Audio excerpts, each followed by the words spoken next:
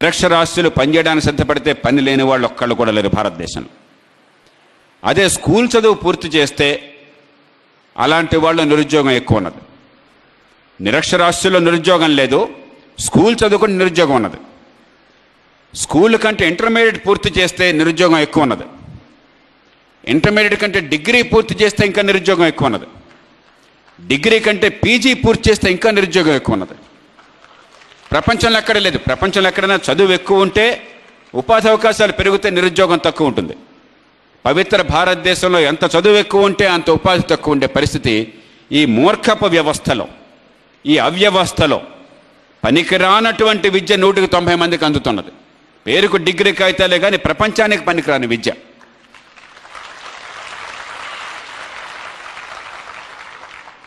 ఈవేళ ఆర్థిక వ్యవస్థ అనుకున్నంత వేగంగా పెరగకపోవడానికి కారణాలు 3 ఉన్నాయి.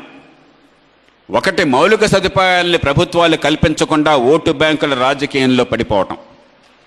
తాత్కాలికంగా ఓటు వస్తే చాలు, దేశం నాశనమైనా పర్లేదు, ప్రజల్ని బిచ్చగాళ్ళుగా మారుస్తాం, కానీ తలెత్తుకుని ఆత్మస్థైర్యం ఉన్నవాళ్లుగా, సొంత సంపాదన ఆదాయం ఉండేవాళ్లుగా, పేదరికం నుంచి బయటపడి ఎదగడానికి ఆశపడుతున్న వాళ్ళుగా మాత్రం మార్చామని ఈ పార్టీలన్నీ సంకల్పం చేసినాయి, ఒట్టి పెట్టుకున్నాయి.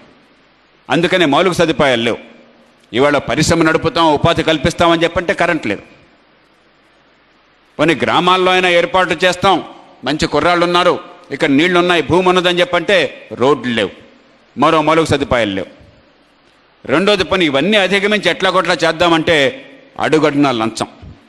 సిఫారసు ఉంటే తప్ప, పలుకుబడి ఉంటే తప్ప, డబ్బులతో కొంటే తప్ప, ఆత్మగౌరవం ఉన్నవాళ్ళు దాన్ని తాకట్టు పెట్టిన లంచం ఇవ్వను, లంచం పుచ్చుకోను, ఈ దేశంలో సంపద సృష్టిస్తాను, నేను అన్యాయానికి పాల్పడనని చెప్పి అనుకుంటే నువ్వు పోవాయా, ఈ దేశం వదిలిపోవని చెప్పిన పరిస్థితి తీసుకొచ్చారు.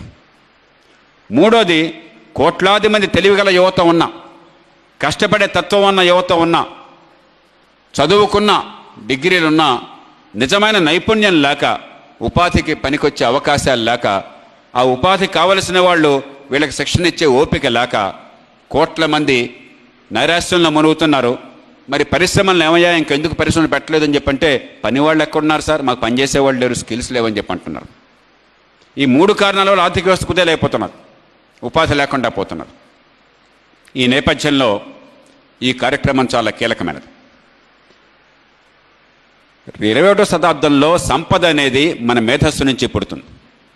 ఓ 500 ఏళ్ల క్రితం, 300 ఏళ్ల క్రితం అంటే సంపద అంటే, ఉపాధి అంటే ఒక్కటే, కండర శక్తితో పనిచేసేది, గొంతలు తవ్వేది, గోతులు పూడ్చేది, అదే సంపద అంటే ఆ రోజుల్లో.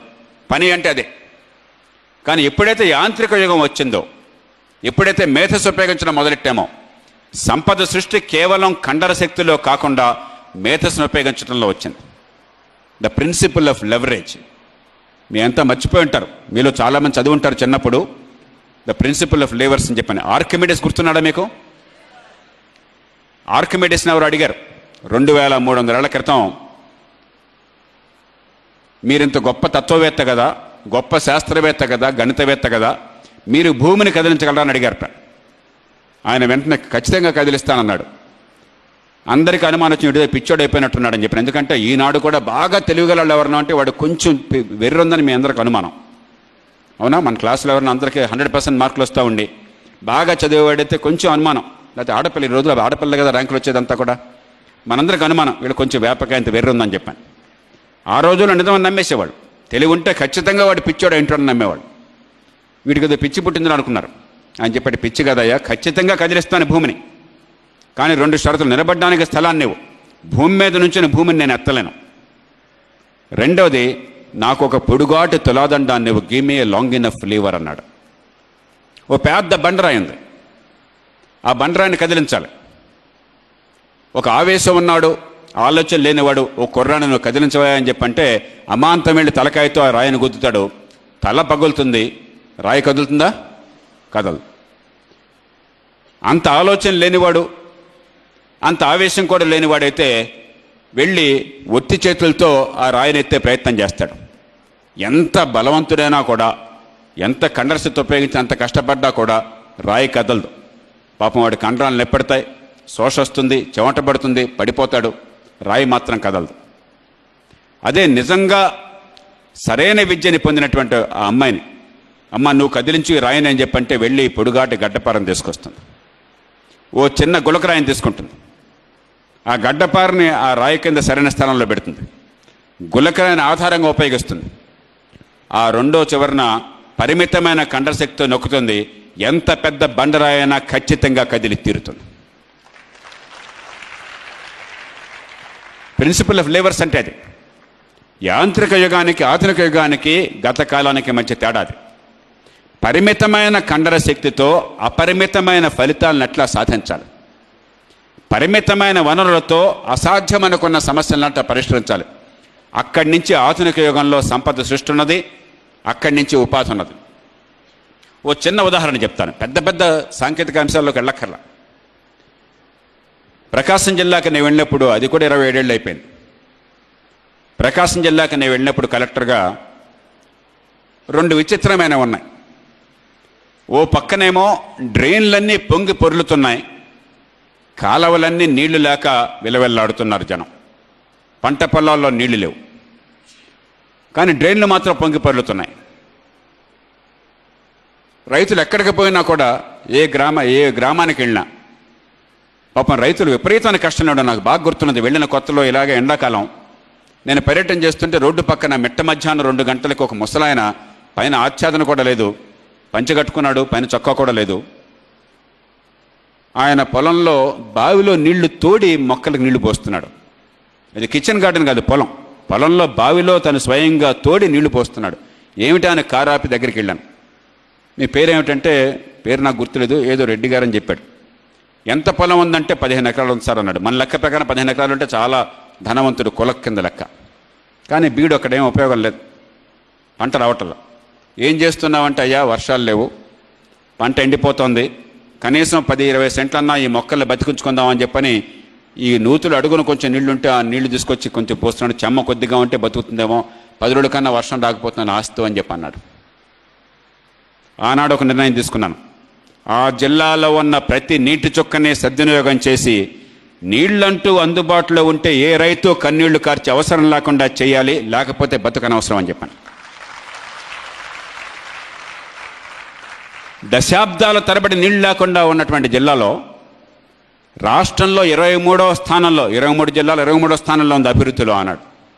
ఆ జిల్లాలో ఆ ప్రజలకు ఒకసారి ఉత్సాహాన్ని ఇచ్చి, స్ఫూర్తినిచ్చి, మార్గాన్ని చూపెట్టగానే 2 లక్షల ఎకరాలు కేవలం 2 సంవత్సరాల 6 నెలల కాలంలో 2 లక్షల ఎకరాలు అతి తక్కువ ఖర్చుతో, ఎకరాకి 2,000 రూపాయల ఖర్చుతో, అది కూడా 1000 రూపాయలే ప్రభుత్వం ఇచ్చింది, మిగతా 1000 రూపాయలు రైతులు పెట్టుకున్నారు, బ్యాంకు లోన్లు ఇప్పించాం వాళ్ళకి. ఎకరాకి 1000 రూపాయలు. ఈవేళ జలయజ్ఞం మరో దాని పేరుతో ఎకరాకి 3 లక్షలు, 4 లక్షలు, కొన్ని చోట్ల 5 లక్షలు ఖర్చు పెడుతున్నారు. ఎకరాకి 1000 రూపాయలు ప్రభుత్వానికి ఖర్చయింది, మరో 1000 బ్యాంకు నుంచి వచ్చింది, మొత్తం కలిపితే 2,000 రూపాయలు. అప్పటిదాకా రాష్ట్రం మొత్తంలో 22 జిల్లాల్లో హైదరాబాద్ని మినహాయించి ఈ ఎత్తిపోతల పథకాల్లో రాష్ట్ర ప్రభుత్వం పూర్తిగా ఖర్చు పెడితే, ఆనాడు ఎకరాకి 15-20 వేలు ఖర్చు పెడితే రాష్ట్ర ప్రభుత్వం 20 సంవత్సరాల్లో 22 జిల్లాల్లో చేసింది కేవలం 1,10,000 ఎకరాలు. ఒక్క జిల్లాలో 2.5 సంవత్సరాల కాలంలో 2 లక్షల ఎకరాల ఎత్తిపోతల పథకాలు జరిగినాయి. ఇక్కడ 15,000 ఖర్చు అయితే అక్కడ 2,000 రూపాయలు. ఇక్కడ 20 ఏళ్లలో 22 జిల్లాల్లో 1,10,000 ఎకరాలు చేస్తే ఒక్క జిల్లాలో 2.5 ఏళ్లలో 2 లక్షల ఎకరాలు. 1,00,000 కుటుంబాలు శాశ్వతంగా పేదరికం నుంచి బయటపడ్డాయి. ఇది కేవలం కండరంతో పనిచేస్తే వచ్చేది కాదు. వనరుల్ని సద్వినియోగం చేసుకోవడానికి ఆధునిక యుగం అవకాశాలను ఇచ్చింది. ఉదాహరణకు గ్రామంలో మంచినీళ్ళు ఈవేళ 50 ఏళ్ల క్రితం మనం పెద్దగా చేసేది లేదు. భూగర్భంలో తవ్వుతాం, బోరో లేకపోతే బావో, నీళ్లు పడితే అదృష్టం, లేకపోతే ఏం చేస్తామయ్యా నీళ్ళు పొమ్మని చెప్పంటాం. ఇంకో మార్గం లేదు. ఈవేళ మన అదృష్టం కొద్దీ టెక్నాలజీ వచ్చింది. ఈవేళ మీరు చాలా గ్రామాల్లో చూసుంటారు. 25 ఏళ్ల క్రితం, 30 ఏళ్ల క్రితం నేను కరెక్ట్గా ఉన్నప్పుడు కూడా ఆ టెక్నాలజీ లేదు. ఈవేళ రివర్స్ ఆస్మాసిస్ వచ్చింది, రకరకాల ఫిల్టరేషన్ టెక్నాలజీస్ వచ్చినాయి. తక్కువ ఖర్చుతో మంచినీళ్ళే అవసరమైతే మనం పొలాలకి సేద్యం కోసం ఇవ్వలేకపోవచ్చు, స్నానం కోసం ఇవ్వలేకపోవచ్చు, కానీ మంచినీళ్ళు చాలా తేలిగ్గా ఇవ్వచ్చు తక్కువ ఖరీదుతో. ఆధునిక యుగంలో మనుషుల అవసరాలు తీర్చడం కోసం టెక్నాలజీ వచ్చింది, వనరులు వచ్చినాయి. ఉపాధి ఎక్కడి నుంచి వస్తుంది? ఈ టెక్నాలజీ నుంచి, ఈ వనరుల నుంచి వస్తుంది.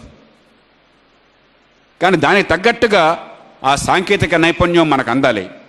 దానికి తగ్గట్టుగా ఆ నైపుణ్యం ఉన్నట్టయితే, ఎలా ఆర్గనైజ్ చేయాలో మనకు తెలిసినట్టయితే అక్కడి నుంచి ఉపాధి వస్తుంది. ఇప్పటికి కూడా ఈ రాష్ట్రంలో కొన్ని వేల గ్రామాల్లో మంచినీళ్ళు లేవు. తీర ప్రాంతంలో ఉప్పు నీళ్ళు పడ్డం చేత కావచ్చు, ఫ్లోరోసిస్ గ్రామాలు కావచ్చు, మీకు నల్గొండ కానీ ప్రకాశం కానీ ఇతర జిల్లాల్లో కానీ, లేకపోతే అక్కడున్న పరిశ్రమల కాలుష్యం వల్ల భూగర్భ జలం అంతా కూడా నాశనం కావటం వల్ల కావచ్చు. ఈ 3 రకాల సమస్యల వల్ల మీకు మంచినీళ్ళు లేకుండా ఈవేళ కూడా కొన్ని వేల కోట్లు ఖర్చు పెడుతున్నా కొన్ని వేల గ్రామాల్లో ఉంది. నిజంగా మనకి విజ్ఞత ఉన్నట్టయితే దాన్ని అవకాశంగా మార్చొచ్చు.